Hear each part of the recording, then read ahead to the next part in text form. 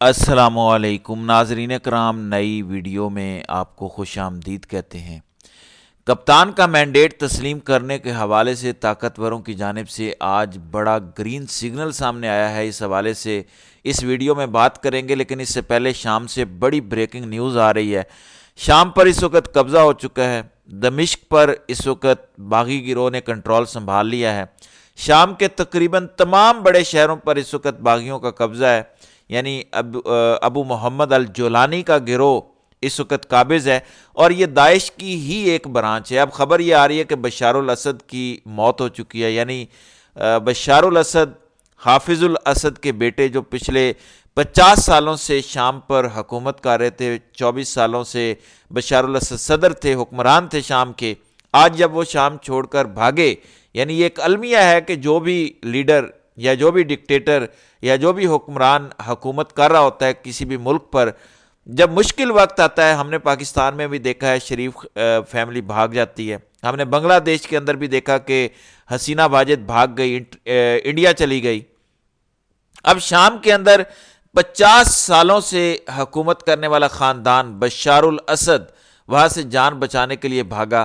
یعنی آپ حکومت کریں تو اچھا ہے، لیکن جب آپ پہ مشکل وقت آئے آپ اپنے لوگوں کو چھوڑ کے بھاگ جائیں، یہ بات سمجھ سے بالا تر ہے۔ اب دعویٰ یہ ہو رہا ہے کہ بشار الاسد کا جو جہاز اڑا تھا وہ ریڈار سے غائب ہو گیا ہے۔ رائٹر دنیا کی ایک بڑی نیوز ایجنسی ہے، وہ یہ دعویٰ کر رہی ہے کہ جہاز ریڈار سے غائب ہو چکا ہے، اور پھر ٹائمز آف اسرائیل کا بڑا اخبار، بڑا کریڈیبل اخبار ہے، وہ بھی دعویٰ کر رہا ہے کہ سورسز یہ کلیم کر رہے ہیں کہ بشار الاسد کو قتل کر دیا گیا ہے۔ یہ کہہ رہے ہیں کہ سیرین سورسز سے Asad may have been killed in plane crash during escape, کہ وہ نکلتے ہوئے جہاز کی تباہی کی وجہ سے مارے جا چکے ہیں۔ اس سے پہلے ہم نے دیکھا ہے کہ جب اسرائیل نے دعویٰ کیا ہے وہ دعویٰ سچ ثابت ہوا ہے، چاہے وہ ابراہیم رئیسی کے حوالے سے ہو، چاہے وہ حزب اللہ کے چیف حسن نصر اللہ کے حوالے سے ہو۔ حالانکہ تمام ایرانی میڈیا اور باقی کہہ رہے ہیں کہ نہیں جھوٹ ہے۔ ایون یحییٰ سناور جو حماس کے سربراہ ہیں ان کے حوالے سے بھی دعویٰ ہو، یا اسماعیل ہانیہ کے حوالے سے دعویٰ ہو، تو ان کا دعویٰ سچ ثابت ہوتا ہے۔ اب یہی اسرائیلی میڈیا دوبارہ دعویٰ کر رہا ہے کہ بشار الاسد مارے جا چکے ہیں، تو یہ ایک بڑا سانحہ ہے۔ یہ باغی جنہوں نے شام کا کنٹرول سنبھالا ہے، یہ شام کے لیے کچھ زیادہ اچھا نہیں ہوگا۔ بہت سے لوگ کامنٹ کر رہے ہیں کہ دیکھیے مجاہدین جیت گئے، مجاہدین کی حکومت آ گئی شام کے اندر، لہٰذا اب اچھا ہی اچھا ہوگا۔ دیکھیں ان کے پیچھے ہاتھ کن کا ہے؟ اسرائیل کا ہاتھ ہے۔ اس کے پیچھے ہاتھ کس کا ہے؟ امریکہ کا ہاتھ ہے۔ دیکھیں بشار الاسد کی حکومت کوئی اتنی اچھی نہیں تھی، نہ میں کہتا ہوں کہ بشار الاسد کوئی بڑے اچھے لیڈر تھے یا انہوں نے لوگوں پر ظلم نہیں کیا، لیکن بہت زیادہ برے سے کم برا ہونا اچھا ہوتا ہے۔ میں تو صدام حسین کا بھی کبھی کوئی بڑا فین نہیں رہا، عراق کے اندر وہ ڈکٹیٹر تھا، لیکن صدام حسین کے جانے کے بعد عراق کا کیا حال ہوا، کس طرح امریکنز وہاں پر قابض ہیں آپ کو پتہ ہے۔ پھر معمر قذافی لیبیا کے سربراہ، لیبیا کے ڈکٹیٹر، کتنا عرصہ انہوں نے حکومت کی، کبھی کوئی ان کا اتنا بڑا فین میں نہیں رہا، لیکن معمر قذافی کے جانے کے بعد جب انہیں ہٹا دیا گیا، مار دیا گیا، تو ان کے بعد لیبیا کا کیا حال ہوا۔ اب لبنان کا کیا حال ہے حزب اللہ کے بعد۔ اسی طرح سے مصر میں محمد مرسی کے بعد اس وقت مصر کے اندر جنرل سیسی کی حکومت ہے، کیا حال ہے وہاں پر، کس طرح کی ڈکٹیٹرشپ ہے۔ لہٰذا جن لوگوں کو ابھی اچھا لگ رہا ہے کہ کوئی مجاہدین آ گئے ہیں، داعش کے نمائندے آ گئے ہیں شام کے اندر، تو اب شام کے حالات اچھے ہو جائیں گے، نہیں، میرے خیال میں اب حالات زیادہ برے ہوں گے۔ ہو سکتا ہے شام اب اسرائیل کے ساتھ اپنے تعلقات استوار کر لے، ہو سکتا ہے ایک ایسی آگ لگے عالم اسلام کے اندر جو بجھ نہ سکے۔ لہٰذا یہ آنے والا وقت ہی فیصلہ کرے گا کہ کون ٹھیک تھا، کون غلط تھا، کس کی حکومت ٹھیک تھی، کون باغی تھا، کون نہیں تھا۔ لیکن یہ بڑی افسوسناک صورتحال ہے۔ دوسری جانب فیصل واڈا نے آج پریس کانفرنس کی ہے، آج وہ ایم کیو ایم کے دفتر بہادرآباد گئے، وہاں پہ وہ خالد مقبول صدیقی، پھر مصطفیٰ کمال اور دیگر لوگوں سے ملے، وہاں پہ انہوں نے پریس کانفرنس کی اور انہوں نے کہا کہ عمران خان کے مینڈیٹ کو تسلیم کرنا ہوگا، ان کے ساتھ بڑا ظلم ہوا ہے، ان کو عزت دینی ہوگی، یعنی خان کا مینڈیٹ بنتا ہے۔ یہ پچھلے کئی دنوں سے فیصل واڈا بڑا ایکٹیو ہے اور انہوں نے کہا کہ پی ٹی آئی کے اندر جو اچھے چہرے ہیں وہ سامنے آنے چاہیے۔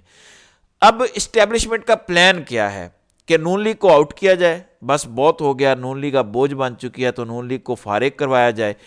پی ٹی آئی کے اندر جو پرو اسٹیبلشمنٹ لوگ ہیں ان کو لے کر ایک نئی حکومت کا اس وقت خواب دیکھا جا رہا ہے، اس لیے یہ اس طرح کی فیصل واڈا کے بیانات آ رہے ہیں کہ عمران خان کا مینڈیٹ تسلیم کرنا ہوگا، یہ کرنا ہوگا، وہ کرنا ہوگا، ورنہ اس میں کوئی حقیقت نہیں ہے۔ جو پچھلے 2 سالوں میں اسٹیبلشمنٹ اور فیصل واڈا جیسے چہروں نے کیا ہے وہ سب کے سامنے ہے۔ پھر وہ کہتے ہیں کہ 14 دسمبر کو سول نافرمانی کے غبارے سے ہوا نکل جائے گی، پہلے بھی بنی گالا کے بل بھرے تھے عمران خان نے، لہٰذا اب بھی یہ سول نافرمانی والی تحریک ناکام ہوگی۔ عمران خان کی زندگی خطرے میں ہے۔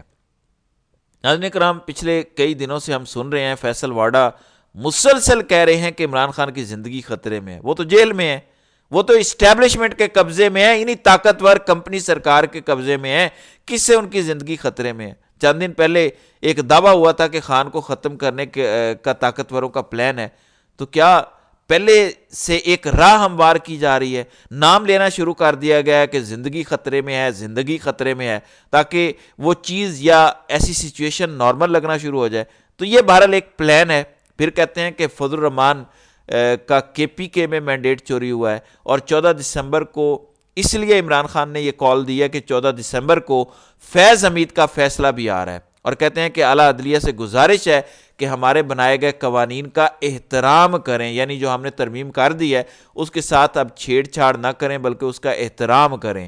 پھر کہتے ہیں کہ گنڈا پور کی جو بڑکوں والی سیاست ہے، گنڈا پور کی سیاست اب کوئی زیادہ عرصہ چلتی نظر نہیں آ رہی۔